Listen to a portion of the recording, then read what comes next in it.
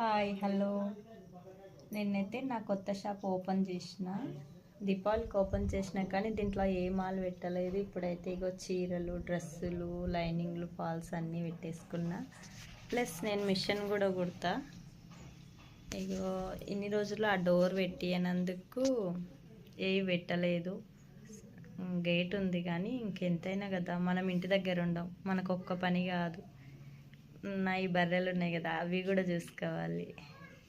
ఈరోజైతే ఓపెన్ చేసిన, ఫస్ట్ ఒక చీర అమ్మిన, ఓపెన్ చేసిన వెంబడే ఒక చీర అయితే అమ్మిన. ఈ చీర అమ్మిన 800కు. ఈరోజు నా ఫస్ట్ బోన్గా 1000 రూపీస్ ప్లస్ ఒక బ్లౌజ్ కుట్టిన, అన్నీ కలిపితే 1300 అయింది. బాయ్.